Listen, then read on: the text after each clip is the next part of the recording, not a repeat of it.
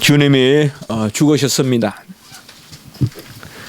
동정녀 마리아에게서 성령으로 잉태되시고 베들레헴에서 나시고 나사렛에서 자라시고 요단에서 세례 받으시고 강야에서 시험 받으시고 갈릴리에서 많은 고을 집집마다 찾아다니시며 복음을 전파하시고 가르치시고 병자를 고치시고 안나스 가야바에게 신문을 받으시고 본디오 빌라도에게 최종 판결을 받으시고 십자가에 6시간 달려서 주님이 죽으셨습니다.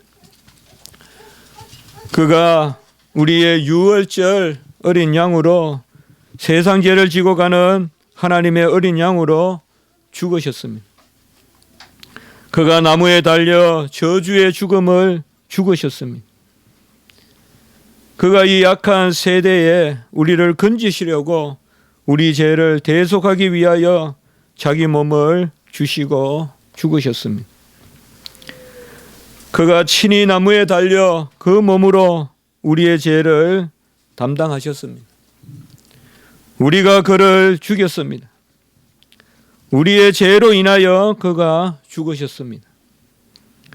그의 죽음은 죄인의 죽음이요 그의 죽음은 온 인류의 죽음이요 만인의 죽음이었습니다. 우리가 세례를 받음은 그의 죽음과 합하여 세례를 받은 것이요 우리도 그의 죽으심과 같은 모양으로 중업에 연합한 자가 되었습니다. 우리가 그를 죽였고 우리도 그와 함께 십자가에 못 박혔습니다. 흑암이 모여 다 대적했으나 그 모인 흑암이 다 함께 죽었습니다. 너희도 너희 자신을 죄에 대해서 죽은 자요 라고 로마서 6장 11절에 말씀했습니다. 우리가 생명의 주를 죽였도다. 베드로의 설교입니다. 우리가 그를 죽였으니 우리가 우리 자신을 죽인 것이요 그리하여 우리가 생명으로 나아가게 되었습니다.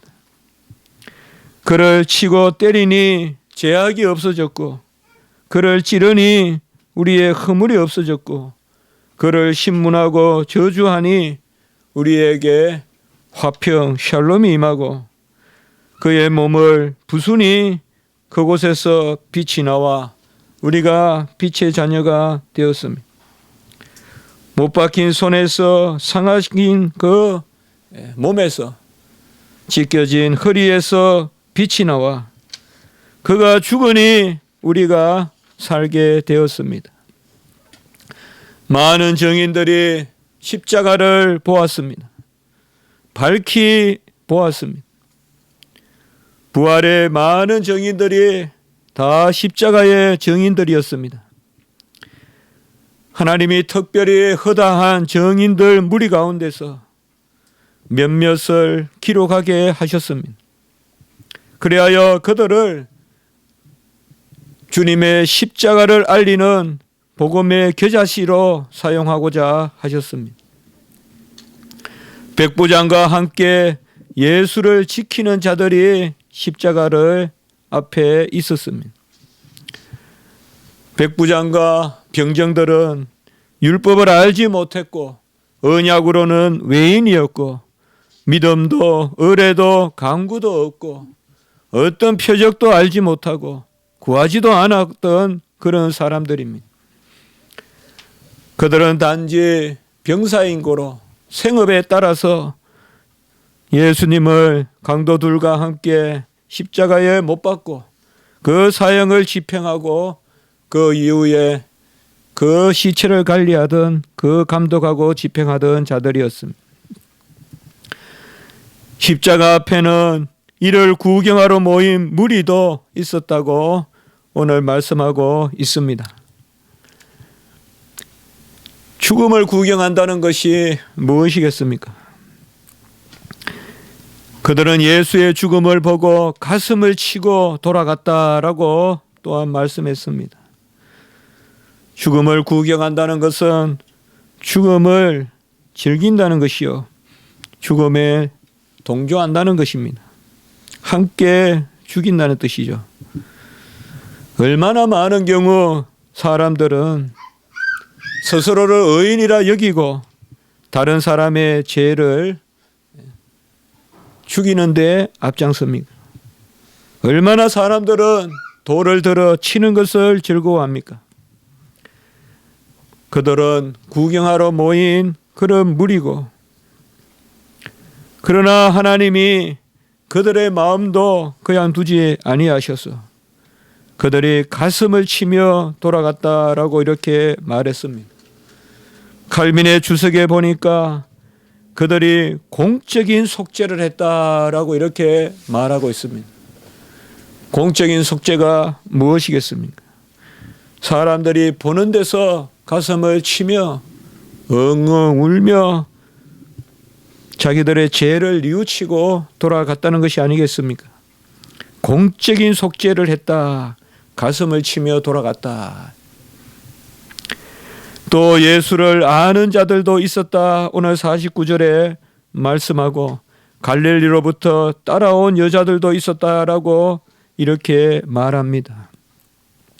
그들은 거기 있어 다 멀리서 이를 바라보고 있었다. 우리가 마태, 마가, 누가복음을 종합해 보면 거기 있어 멀리서 이 일을 바라보고 있었다. 예수를 아는 자들은 여러 가지로 생각해 볼 수 있지만은, 안다는 것은 그저 풍문으로 들어서 아는 것이 아니라 예수님의 병고침으로 나음을 얻고 또 예수님의 은혜로 제사함을 받고 예수님을 따르고 또 가족을 맡기고 그가 누구인지 아는 사람들, 남편이 아내가 서로를 알듯이 아는 그러한 아는 자들입니다. 예수님이 하나님의 아들이라는 것을 고백하는 자들이요, 예수님이 메시아라는 것을 고백하는 자들이요, 그 예수를 아는 자들이 있었습니다. 아마 이어지는 말씀에 여자들이 거론되는 것을 보면 여기 예수를 아는 자들은 주로 남자를 지칭한 것이 아닌가라고 생각해 볼 수도 있습니다. 갈릴리부터 따라온 여자들도 있었다고 했습니다. 갈릴리로부터 예루살렘까지 따라왔다는 것은 오늘날 같이 이동이 용이하지 않은 때라 생업을 버려놓고 모든 것을 포기하고 주님을 따랐던 여자들이라고 볼 수가 있겠습니다. 마태복음에 보면 많은 여자라고 했고, 특별히 마태, 마가복음에는 그 중에서 셋을 거론하고 있는데 제일 먼저 막달라 마리아가 있고, 그리고 요셉과 요한의 어머니 마리아가 또 나타나고, 그리고 세베대의 아들들의 어머니, 마태복음에는 세베대의 아들들의 어머니만 이야기하고 마가복음에는 보면 살로메라고 그렇게 기록하고 있습니다. 정확히 이들이 누구를 지칭하는지는 모르겠으되 어쨌든 확실한 것은 야고보와 요한의 어머니도 그 가운데 있었고, 막달라 마리아, 이 여인이 누구겠습니까? 막달라 마리아에도 우리가 여러 가지 생각해 볼 수가 있지만 이 여인은 가장 천한 여인이요, 저주받은 여인이요, 귀신 들린 여인이요, 특별히 하나님의 은혜를 입었습니다. 세상은 그 추억만으로도, 기억만으로도 가까이 하기 싫어하는 여자일 텐데 이 막달라 마리아를 하나님은 성경은 가장 귀한 곳에 위치하고 있습니다. 예수님 죽음에 가장 먼저 이 여인의 이름이 등장하고, 예수님 부활에도 가장 먼저 바로 이 여자의 이름이, 막달라 마리아의 이름이 등장합니다. 이들은 거기 있어 멀리서 그 일을 바라보고 있었습니다. 여기에 무슨 주석이 더 필요하고 설교가 필요하겠습니까? 거기에 있어. 거기 너 있었는가? 멀리서 그 일을 바라보고 있었습니다. 하나님은 큰 일을 행하실 때 친히 행하십니다. 홀로 행하십니다. 홍해를 가르는 일을 인간과 협력하여 하지 않았습니다. 너희는 잠잠하라라고 이렇게 말했습니다. 만세반석을 쪼개어서 물이 나게 하시는데 또 그 만세반석을 쪼개어서 우리가 들어가게 하시는데 무엇으로 우리가 하나님의 일을 돕겠습니까? 홍해를 가르는 것보다 여리고가 무너지는 것보다 만세반석을 쪼개는 것보다 가르는 것보다 더 큰 일이 십자가의 죽으심의 일이. 홍해를 가르는 일에 아무것도 할 수 없는 속수무책의 인류가 감히 십자가에 무엇을 더 할 수 있겠습니까? 더 십자가는 큰 일이요. 더 인류를 대속하고 구속하는 그 생명의 일에 어찌 우리가 협력할 수 있겠습니까? 거기에 있어 멀리서 그 일을 바라보고 그저 잠잠할 뿐입니다. 오직 주님만이, 그의 의만이 우리의 양식이고 음료입니다. 하나님은 큰 일을 홀로 행하십니다. 우리를 도구로 사용하시고 우리를 하나님이 이끄시고 100% 우리를 사용하셔서 100% 하나님의 일을 한다고 하지만 하나님이 다 하시는 것입니다. 하나님이 다 하시는 것입니다. 이 정인들 앞에서 예수님께서 죽으셨습니다. 다시 크게 큰 소리로 외쳤습니다.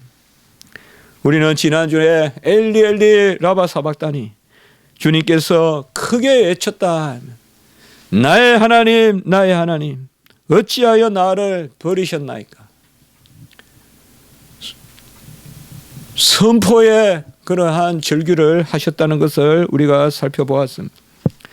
죽을 수 없는 분이 죽으시는 거예요. 버림받으실 수 없는 분이 버림 당하시는 거예요. 그것을 거부하지 아니하시고 선포하시는 엘리 엘리 라바 사박다니. 오늘 다시 크게 소리 지르셨다. 이 십자가에 과연 무슨 기력이 있어 크게 소리를 지르셨어요? 이 크다는 것은 어떤 소리의 그 정도가 크다는 것이 아니라 간절함이 크다는 것이요, 울림이 크다는 것이요, 들음이 크다는 것입니다. 하늘의 하나님이 크게 들으시는 그 소리를 지르셨습니다. 큰 소리를 지르셨습니다. 요한복음 19장 30절에는 다 이루셨다라는 말씀이 이 큰 소리로 나타나고, 오늘 말씀은 아버지 내 영혼을 아버지 손에 부탁하나이다. 이 십자가의 두 큰 소리를 외치신 것입니다. 주님의 예침은 바로 죽음의 선포입니다. 우리 주님은 자기 자신이 복음이시기 때문에 그 생명의 복음을 십자가에서 전하시는 것입니다. 주님이 전한 것만 복음이 아니라 주님이 사신 것도 복음이요, 주님이 나신 것도 복음이요, 주님이 걸어 다니신 것도 복음이요, 주님이 죽으신 것도 복음인 것입니다. 그래서 우리는 복음을 그리스도의 인격과 사역의 총체가 복음이다. 십자가의 복음을 주님이 선포하시는 것입니다. 그것은 이 땅에 오셔서 죽기까지 복종하시는, 평생을 준비하시는 죽음을 십자가에서 죽으신 것입니다. 그는 평생을 하나님의 어린 양으로 거룩한 산제물로, 희생제물로 준비하신 것입니다. 한 번도 흠이 없고 아무 흠이 없고 거룩하신 분이 평생을 준비하셔서 십자가에서 다 이루었다라고 선포하시고 아버지 내 영혼을 아버지 손에 부탁하나이다라고 이렇게 선포하신 것입니다. 하늘에서는 이는 내 사랑하는 아들이요 내 기뻐하는 자로라는 아버지의 선포가 있고 이 땅에서는 아들의 순종의 선포가 있으니 그것이 바로 다 이루었다. 아버지 내 영혼을 아버지 손에 부탁하나이다. 이 두 말씀은 다 죽음을 뜻하는 것입니다. 다 이루었다는 것은 잉태하셔서 죽기까지 복종하심으로 바로 생명의 역사는 죽음을 죽이는 것이니까 죽음으로 죽음을 이기시는 그 죽음을 다 이루었다는 것이요. 아버지 내 영혼을 아버지 손에 부탁하나이다 라는 것은 이제 육체를 떠나 영혼으로 살게 되시는 그 아들 예수 그리스도께서 아버지께 의탁하는 것입니다. 큰 소리로 이 헬라의 메갈로스라는 단어는 크다 이 말. 폰에 큰 소리로 불러. 큰 소리로 불러라고 이야기했습니다. 여기도 포네오라는 그러한 헬라어 동사입니다. 이것은 말하다라는 것이 아니고 대화하다라는 것이 아니고 속으로 나오는 그야말로 울림입니다. 으르렁거리는 동물의 소리와 같이 막 소리를 지르셨다는 것입니다. 말씀했다는 것이 아닙니다. 보고했다는 것이 아니라 그 속에서 본연의 으르렁거리는 소리를 내듯이 바로 부르짖었다는 것입니다. 우리 주님께서 겟세마네에서 땀이 피가 되도록 땀방울이 피가 되도록 기도하시듯이 이 십자가상에서도 바로 푹 뜨시면서 온 몸에 모든 것을 모아서 부르짖은 것입니다. 큰 소리로 불러서 아버지 내 영혼을 아버지 손에 부탁하나이다 라고 이렇게 말씀하신 것입니다. 죽음은 영혼과 육체가 분리되는 것입니다. 죽음 이후에는 삶이 있으니 그 삶은 영혼의 삶입니다. 육체는 죽음 후에 일시 떨어져 나가 내 것이 아닌 것이 되고 이후 부활에 다시 내 육체로 연합합니다. 주님께서도 죽으신 후에 사흘 동안 영으로만 인성 가운데 계셨습니다. 주님의 육체는 묘실에 갇히고 그때 주님의 육체는 영혼으로부터 떨어져 나갔습니다. 우리도 죽으면 영혼으로 삽니다. 내가 영혼입니다. 그리고 그 중간기적인 삶을 지나고 나면 주님 재림하실 때 다시 우리가 부활하는 것입니다. 영혼은 불멸하는 것입니다. 영혼은 하나님의 어떠하심이 가장 잘 새겨져 있는 것입니다. 오직 천사와 인간에게만 영혼을 주셨습니다. 동물은 영혼이라 하지 않습니다. 영혼은 보이지 않으나 무한한 것은 아닙니다. 영혼을 가지고 교만하면 안 됩니다. 하나님은 영이시나 무한하시다. 자존하시다. 영혼은 지어진 것입니다. 피조물입니다. 하나님은 영혼이 없습니다.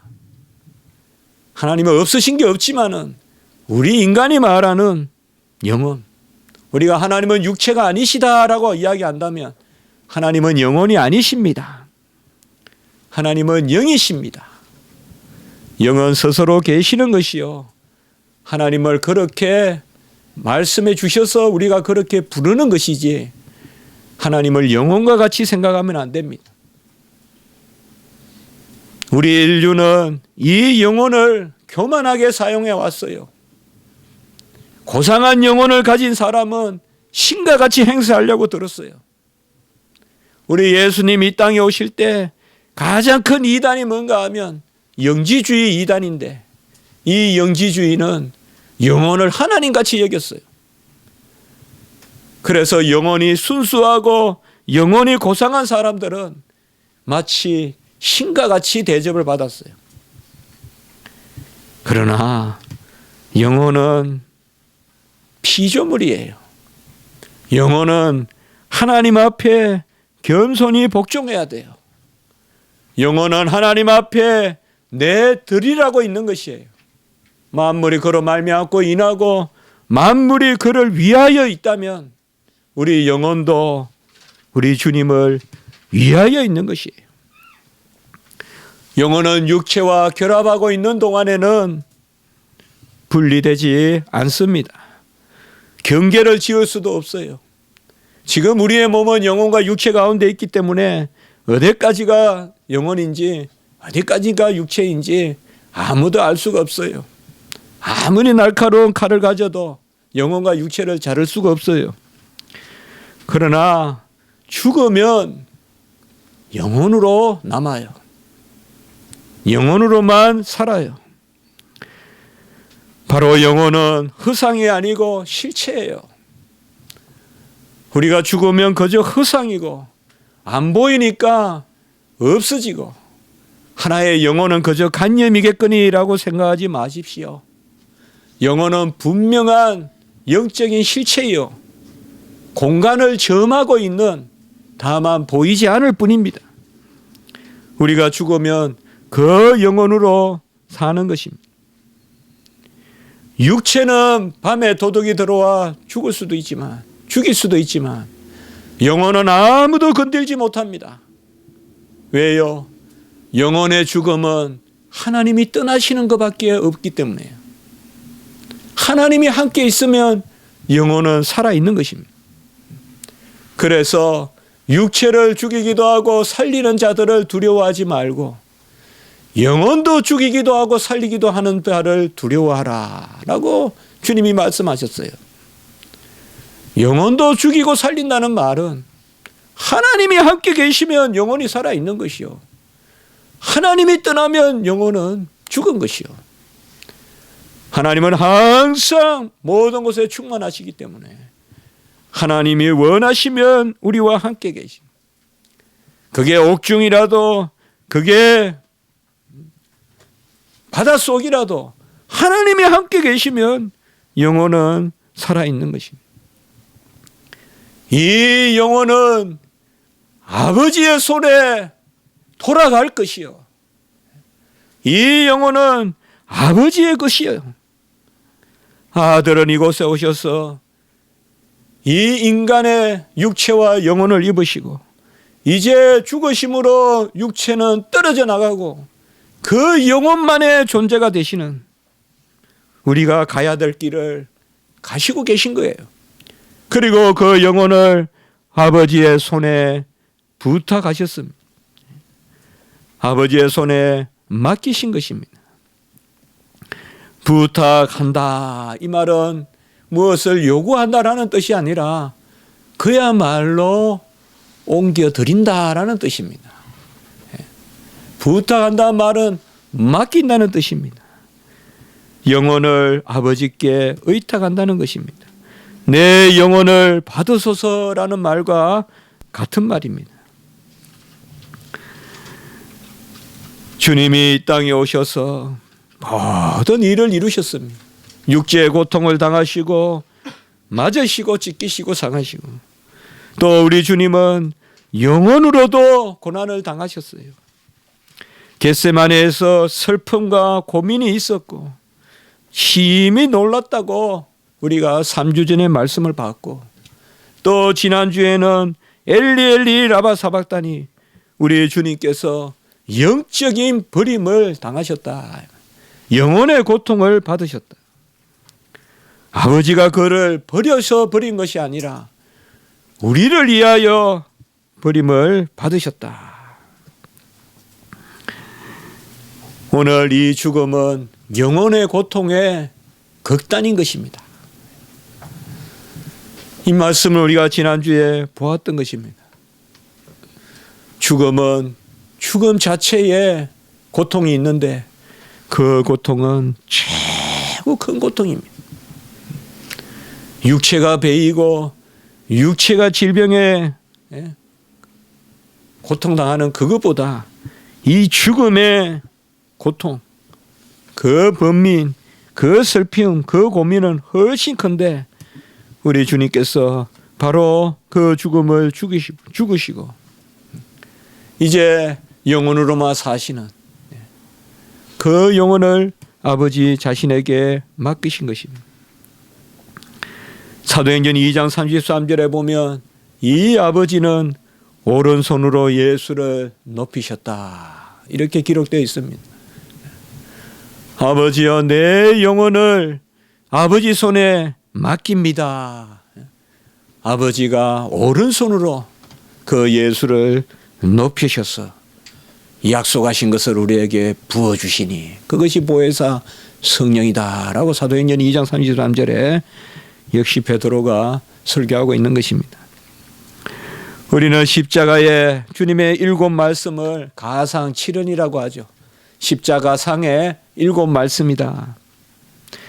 그 7 말씀 중에 엘리 라마 사박다니도 있고 여자여 보소서 아드니니다도 있고 또 그 가운데 7 말씀 중에 기도가 2 말씀이 있어요. 바로 아버지여 저희를 사하여 주옵소서 자기의 하는 것을 알지 못하나이다. 바로 우리 주님을 죽이려고 달려드는 그 흑암의 세력들, 그 무리들에게 누가복음 23장 34절에 보면 아버지여 저희를 사하여 주옵소서. 자기를 죽이고자 하는 자들을 위하여 기도하시는 모습이 자기의 하는 것을 알지 못하나이다. 그리고 오늘 또 하나의 기도 아버지여 내 영혼을 아버지 손에 부탁하나이다. 아까 불렀다라고 이렇게 말씀했죠. 바로 아주 본연의 전인적인 소리를 내서 아버지여 내 영혼을 아버지 손에 부탁하나이다. 이 2 기도가 십자가를 한번 생각해 보세요.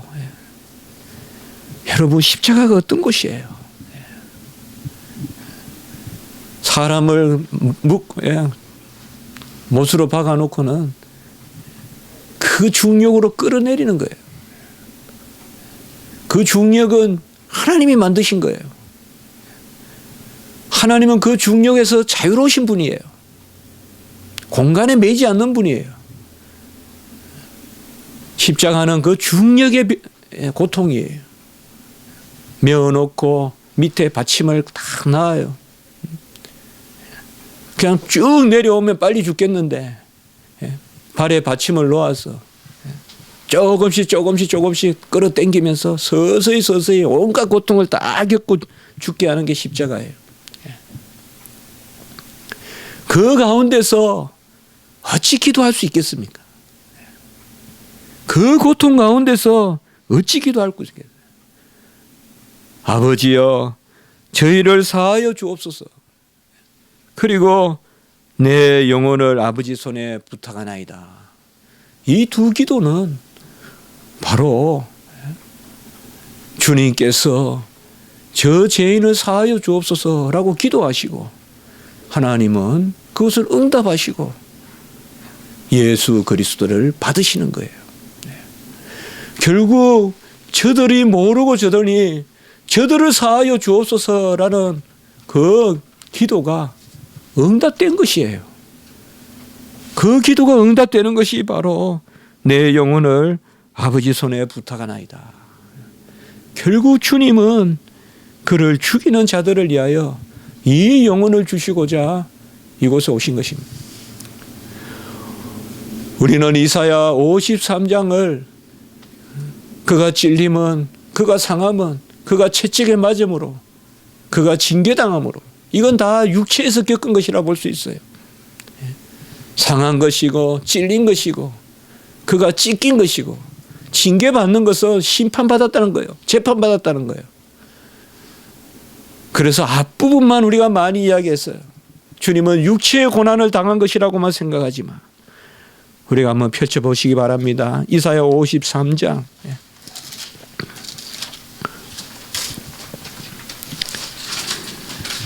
10절부터 12절 10절부터 12절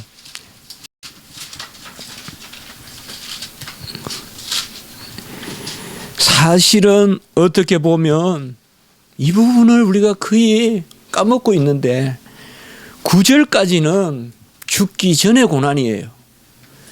10절부터 12절까지가 죽음의 고난이에요. 제가 말씀드렸죠. 죽음은 육체의 고난이 아니라고. 어떤 교통사고가 나서 어떤 질병으로 아파서 그건 육체가 아픈 거예요. 죽음은 죽음 자체의 고통이 있어요. 죽음 자체의 고통이 있다고요. 그게 바로 영혼의 고통이에요. 오늘 10절에 보시면 여호와께서 그에게 상함을 받게 하시기를 원하사 질고를 당하게 하셨은지요. 그 다음부터예요. 질고라는 말은 질병이에요. 온갖 육체의 고난이에요.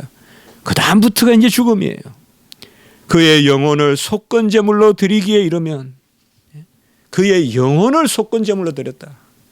아버지여 내 영혼을 받으소서. 그가 씨를 보게 되며 씨라는 말은 바로 우리 언약의 자손들을 이야기해요. 언약의 후손들을 보게 되며 그의 날은 길 것이요 그의 손으로 여호와께서 기뻐하시는 뜻을 성취하시리로다. 바로 영혼을 속건제물로 드린다. 오늘 이 십자가에서 내 영혼을 받으소서. 그러면 그가 씨를 보게 되고 우리가 바로 그 영혼을 얻게 되고 말이에요. 기뻐하시는 뜻을 성취하라. 11절에 또 보세요. 그가 자기 영혼에 수고한 것을 보고 만족하게 여길 것이라. 우리 예수님이 그 영혼에 수고하신 것, 영혼의 죽음을 만족하게 여기신다 이 말이에요. 그게 바로 다 이루었다 이 말이에요. 다 이루었다는 선포예요. 만족하게 여기리라. 이제 다 이루었다 이 말이에요. 이 죽음까지 내가 복종하였으니 죽기까지 복종하였으니 다 이루었다. 만족하게 여길 것이라. 나의 의로운 종이 자기 지식으로 많은 사람을 어렵게 하여 또 그들의 죄악을 친히 담당하리로다. 12절에 또 나옵니다. 이는 그가 자기 영혼을 버려 사망에 이르게 하여 범죄자 중 하나로 헤아림을 받았습니다. 자기 영혼을 받아 3번 나와요. 네페시 영혼, 생기를 불어넣으니 생명이 된지라 네페시하야. 창세기에 바로 우리 인간 영혼 하나님의 형상 그 단어에 인간을 지으니 생명이 된지라. 짐승에게는 쓸 수 없는 단어예요. 짐승에게는 써도 이런 뜻이 아니에요. 하나님이 인간에게 주신 living soul, 살아있는 영, 생명, 생기를 불어넣으시니 생명이 된지라. 그 영혼, 그 영혼을 3번이나 이야기하고 자기 영혼을 버려 사망에 이르게 하여 범죄자 중 하나로 헤아림을. 같이 합니다. 그가 많은 사람의 죄를 담당하며 범죄자를 위하여 기도하였느니라. 저는 이런 말씀을 보면 정말 제가 믿는다는 막 확신이 들어요. 1000%, 1000% 확신이 들어요. 어떻게 하나님 말씀은 이렇게 오묘하냐 이 말이에요. 평생을 읽어도 어떻게 하나님의 말씀은 이렇게 오묘하냐. 제가 오늘 설교를 준비하면서 정말 얼어붙는 줄 알았어요. 어떻게 십자가를 이렇게 정확하게 예언하고 있냐 이 말이죠.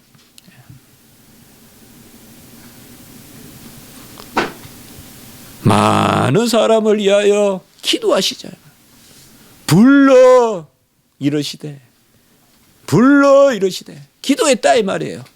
내 영혼을 아버지의 손에 맡기나이다, 부탁하나이다. 우리 주님은 이 말씀을 하시고 숨지셨습니다. 돌아가셨습니다. 죽으셨습니다. 영원히 떠나셨다라고 마태복음 27장 50절에서 말씀하고 있습니다. 그때 성소의 휘장이 위로부터 아래까지 찢어져 내렸습니다. 오늘 누가복음은 성소의 휘장이 한가운데가 찢어지리라 이걸 먼저 기록하는데, 마태, 마가, 누가복음은 다 동일한 사건을 유기적으로 기록한 거기 때문에, 그러나 우리가 먼저 죽으시고 성전의 휘장이 찢겼다, 마태, 마가, 마가복음 그렇게 같이 이해하면 되겠습니다. 위로부터 아래로 찢겼고, 오늘 보면 45절에는 한가운데가 찢겼다라고 이렇게 말씀하고 있습니다. 성전의 휘장, 성소의 휘장은 길이가 12.5m, 폭은 1.8m. 길이가 12.5m니까 우리 키가 2m라고 하고 한 6키 되고, 폭은 1.8m니까 꼭 제 키네요. 제가 180이거든요. 여러분들 이제 성전의 휘장을 생각할 때 폭은 우리 담임 목사 키라 생각하면 되겠네요. 1.8m예요. 두께는 장정의 손 두께만큼 된다 그러니 2cm도 되고 3cm도 된다. 이거는 실제 이야기고, 성전에서는 바로 이것은 성전의 휘장이 12.5m고 1.8m고 길이가 12.5m. 까차니까요. 그래서 청색, 자색, 홍색실로, 황색실로, 홍색실로, 출애굽기 26장 31절 37절에 보면 청색, 자색, 홍색실로, 그리고 가늘게 짠 배실로. 가늘게 짰단 말은 가장 견고하다는 거예요. 촘촘하다는 거예요. 그리고 가장 좋은 배로 짰어요. 그래가지고 성전에 네 기둥을 세우고, 그 기둥은 조각목, 또 가장 단단한 나무로 조각목으로 네 기둥을 세우고, 그러다가 은받침을 4개 만들고, 이렇게 기둥, 은받침을 만들고, 금고리를 걸어요. 금고리를 걸고 거기에 휘장을 달아서 쭉 내려요. 그래서 지성소와 성소를 구분해요. 그 안에는, 그것을 내리고 그 안에는 법궤, 언약궤, 증거궤라고 불리는, 다 같은 말이죠. 법궤를 두어요. 그 법궤 위에가 바로 시언자, 속죄소라고 하고, 그 위에 그룹이 꽉 차 있는, 이것이 바로 성전이에요. 아무도 이 안에 들어갈 수 없어요. 1년에 한 번 대제사장이 대속죄일에 들어가는 것입니다. 그러나 주님께서 이제 이 휘장을 위로부터 아래로, 위로부터 아래로라고 했어요. 인간이 찢어지면 아래로부터 위로 찢겠지만, 하나님이 찢으시니 위로부터 찢었다고 우리가 봐야 돼요. 위에서부터 그 높은 데서 쫙 찢긴 거예요. 그저 간념으로 찢긴 게 아니에요. 찢겨 보이는 게 아니에요. 실제로 예수님의 몸이 갈라졌듯이, 조각 났듯이 쫙 찢겼어요. 이 휘장은 예수 그리스도예요. 골로새서 2장 7절의 말씀을, 17절의 말씀 우리가 생각해 본다면, 이 휘장은 그림자요, 몸은 그리스도의 것이다.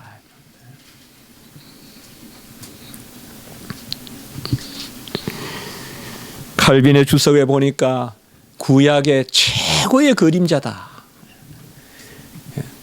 그러나 그림자예요. 휘장은 바로 그 몸은 예수 그리스도예요. 골로새서 2장 14절에 법조문으로 쓴 증서를 지우시고 제하여 버리사 십자가에 못 박아 버리시고, 바로 옛날에는 의문의 증서라고 했죠. 그 법조문에 쓴 증서를 찢어버리시고 십자가에 못 박았다. 이제 은혜가 없는 그러한 모홍학 선생, 그러한 율법의 저주는 찢어버리시고 주님께서 생명의 길, 살 길을 여신 것입니다. 십자가로 생명의 길이 열렸습니다. 휘장, 칼로 쳐도 잘라지지 않아요. 촘촘히 짠 거기 때문에 칼로 쳐도 안 잘라져요. 톱으로 베으면 잘라질지 모르겠어요. 견고한 거예요. 그 휘장이 일시에 오늘 말씀하신 가운데가 쫙 갈라졌어요. 천년만년 들어갈 수 없는 그 여호와의 임재의 터에 주님의 살과 피로, 주님의 찢기신 몸으로 그 길은 우리를 위하여 휘장 가운데로 열어놓으신 새로운 살 길이요, 휘장은 그의 육체니라 정확하게 증거하고 있죠. 히브리서 10장 20절이에요. 같이 합시다. 그 길은 우리를 위하여 휘장 가운데로 열어놓으신 새로운 살 길이요, living way, 새로운 살 길이요. 같이 합시다. 휘장은 그의 육체니라.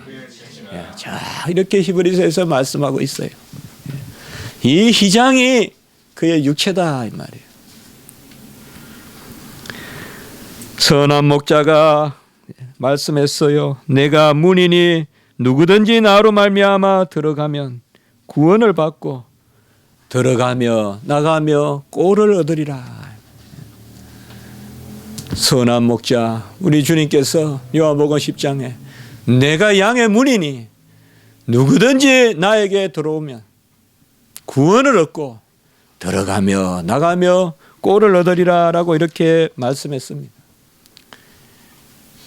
이제 십자가의 그 찢기신 몸으로 우리가 들어가며 나가며 꼴을 얻습니다. 생명의 양식을 얻습니다. 좀 세상 것 부족해도 괜찮습니다. 많아서 죽는 시대예요. 넘쳐서 죽는 시대예요. 파묻혀서 죽는 시대예요. 물론 가난한 사람도 많이 있어요. 그러나 많은 경우 신음이, 넘치는 신음이 더 많아요. 너무 입을 옷이 많아서 뭘 입었지 불평해요. 그게 이 시대예요. 좀 없어도 괜찮아요. 워낙 요새 기계가 좋아서 우리 젊은이들 티 하나만 있으면 10년 입어요. 뭐 그거 너무 같이 두지 마세요. 모아서 여행 다니세요. 옷 사는 데 이런 데 쓰지 말고. 옷도 좀 입어야 되지만 청년 때는 말이에요. 나이가 들고 또 품위가 있고 선생님이고 또 교사고 또 우리가 남 앞에 서고 이러면 갖춰서 입어야 되지만, 외국 가보니까 젊은이들이 전부 떨어진 거, 어떤 학생 엉덩이 떨어진 것도 막 입고 다니더라고요. 들어가며 나가며 꼴을 얻고, 이 꼴을 얻어야 돼요, 여러분들. 서울에 이 참 밑에 물 많지만 우리가 산중에 가서 그 산에서 나오는 물, 그 한 모금 마시면 참 좋잖아요. 주님이 주시는 꼴은 바로 그런 것이거든요. 들어가며 나가며 꼴을 얻고, 바로 영혼에 속한 것, 하나님이 우리와 함께 하시는 것. 주님께서 우리를 위하여 죽으시고 단번에 영으로는 살리심을 받으셔서 우리가 그 영혼 가운데 거하는 것입니다.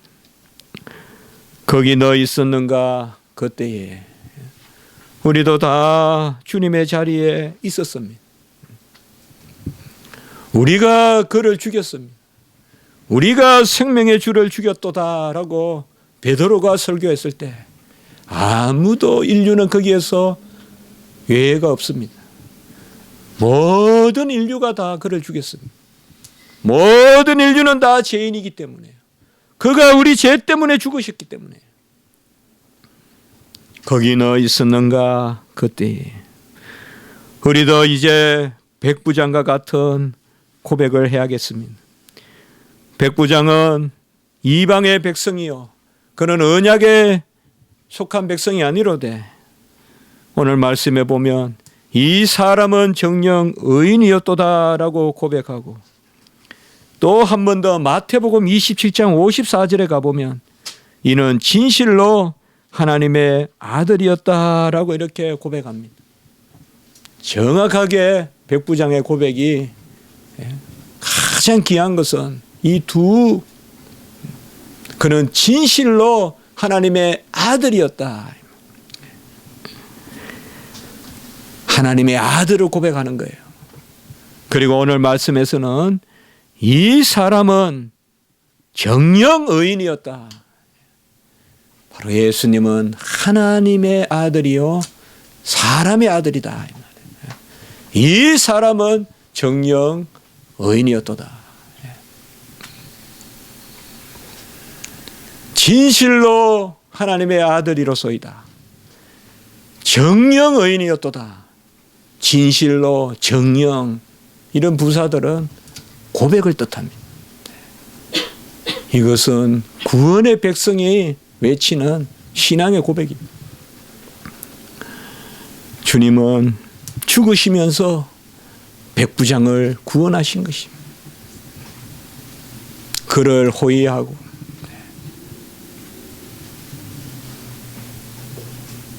부총독이 본래 죽음을 주관하게 되어 있어요. 사형 집행은 부총독이에요.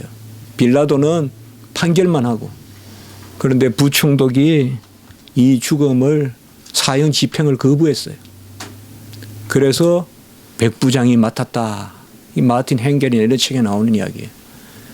이 백부장이 주님을 십자가로 호위하고 그리고 집행했던 그 백부장이다. 우리가 믿음 좋은 백부장이라고 추석할 수도 있겠지만 그 백부장으로 보기는 어려워요. 여기 백부장은 바로 주님의 죽음을 집행했던 분이에요. 주님은 그를 죽인 자들을 구원하신 거예요. 하늘의 아버지가 고백하게 하시고, 하늘의 아버지가 그들에게 이는 정녕 의인이었도다. 아무 흠도 없고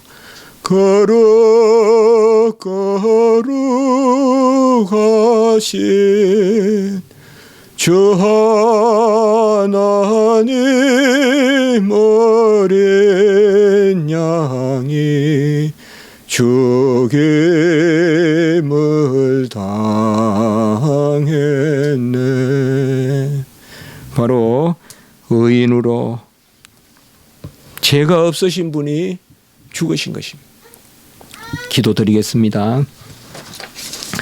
거룩하고 자비로우신 하나님 아버지, 내 영혼을 아버지의 손에 부탁하나이다.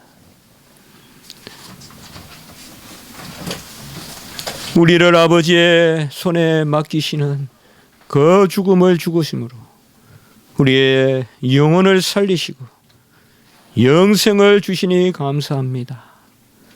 우리가 십자가를 밝히 바라보고 주님을 증거하고 주님을 기뻐하며 주님을 자랑하는 영혼이 되게 해 주시옵소서.